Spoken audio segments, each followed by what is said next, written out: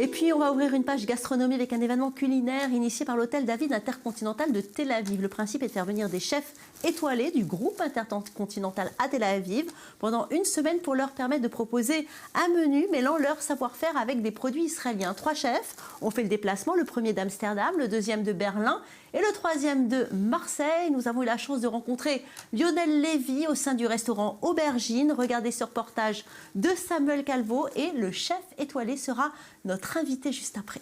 Regardez.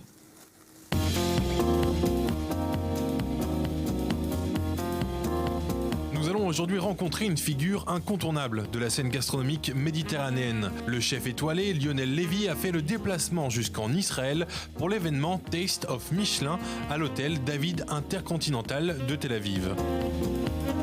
Je suis un petit peu atypique, j'ai fait toute ma scolarité, ma formation à Toulouse.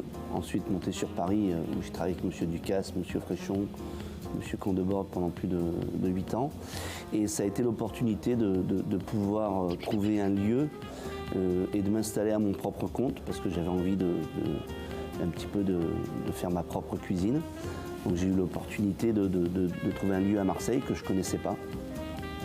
Et cette ville, je suis tombé, j'ai eu un coup de foudre. Voilà, j'y suis arrivé en l'été, au mois de mai 99. Donc je l'ai visité, j'ai visité le lieu. Au mois d'août 1999, je déménageais et en novembre, on ouvrait le restaurant Une Table au Sud. Donc ça a été vraiment un coup de foudre et puis un challenge de pouvoir ouvrir son propre restaurant et de faire sa cuisine. Ce que tout chef a au fond de lui, c'est de faire sa propre cuisine. À l'origine de la création d'un bar, le Capion, d'une brasserie, les Fenêtres et d'un restaurant gastronomique, l'Alcyone, au sein de l'hôtel Dieu à Marseille, le chef a trouvé l'outil idéal pour décrocher rapidement une étoile. Il est évident que l'étoile pour un chef de cuisine, c'est une étape très importante. Ça nous valide un petit peu notre carrière et ce qu'on fait depuis de nombreuses années. Et on est un petit peu reconnu par nos pairs, on est reconnu par la profession. Donc c'est vrai que c'est une très belle récompense. C'est un petit peu comme un Oscar pour un acteur. Donc voilà. Ce qui ne veut pas dire qu'on n'est pas bon chef quand on n'a pas d'étoile.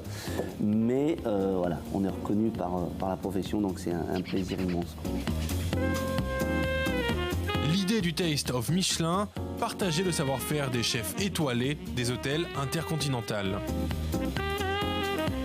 En fait, c'est de regrouper dans le monde les chefs d'Intercontinental étoilés. Donc on a un chef allemand, on a un chef hollandais et puis moi-même qui représente la France. Donc on est assez fiers. C'est vrai qu'on a quelques chefs étoilés dans le groupe Intercontinental. Et donc on a décidé, Intercontinental Tel Aviv a décidé de les regrouper à travers plusieurs semaines et de faire découvrir la cuisine méditerranéenne. Mon père est de religion juive et mange cachère, mais j'ai jamais pu lui faire à manger. Donc je pense que cette fois-ci, ce sera la bonne occasion pour qu'il vienne goûter ma cuisine. Mais oui, j'ai toujours été un petit peu bercé par cette cuisine-là, puisque je goûtais plusieurs fois lors de nombreuses fêtes la cuisine cachère. Et c'est vrai que ça amène certaines limites pour les chefs créatifs. Et bien on s'adapte. On prend des... Voilà, comme vous le dites, on ne peut pas mélanger le lait et la viande, donc on prend du lait de soja. On ne peut pas mélanger, travailler les fruits de mer, et bien, on travaille d'autres produits. Donc au contraire, c'est un très bon exercice pour faire travailler son imagination et sa créativité.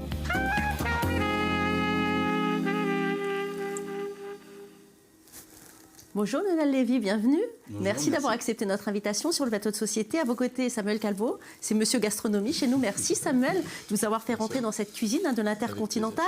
Alors Lionel, vous êtes donc aux cuisines de ce restaurant qui s'appelle Aubergine à l'Intercontinental depuis maintenant quelques jours. Comment ça se passe la collaboration avec les équipes israéliennes ?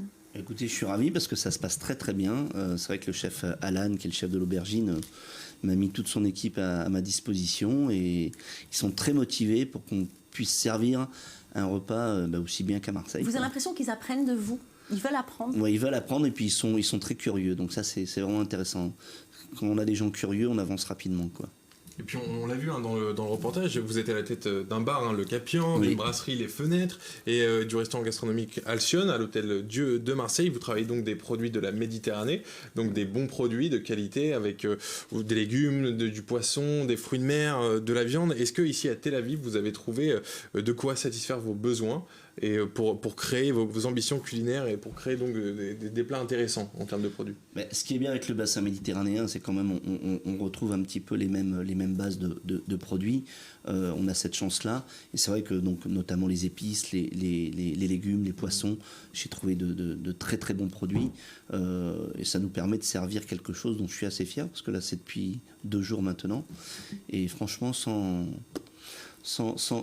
pâlir, on sert une très très belle cuisine grâce à ces bons produits, quoi. Parce que Samuel vient de le dire, c'est vrai que vous utilisez normalement des fruits de mer, vous mélangez le lait et la viande. Alors c'est pas frustrant comme ça pour un chef de devoir mettre de côté certains produits qui sont des fondamentaux quand même dans la cuisine? Alors c'est vrai que c'est ce que je dis dans le reportage, ça peut paraître bloquant un petit peu au départ, mais et bien au contraire, ça nous permet d'être un petit peu plus créatifs et de trouver d'autres solutions.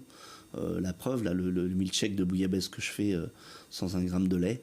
Il nous a parlé de la pissaladière aussi. Et la pissaladière, tout à fait. Donc voilà, ce sont alors, ça varie légèrement en termes gustatifs, mais franchement, on y est arrivé sans problème, quoi. Justement, la pissaladière, je pense qu'on peut essayer de voir les images. On a les images de la préparation.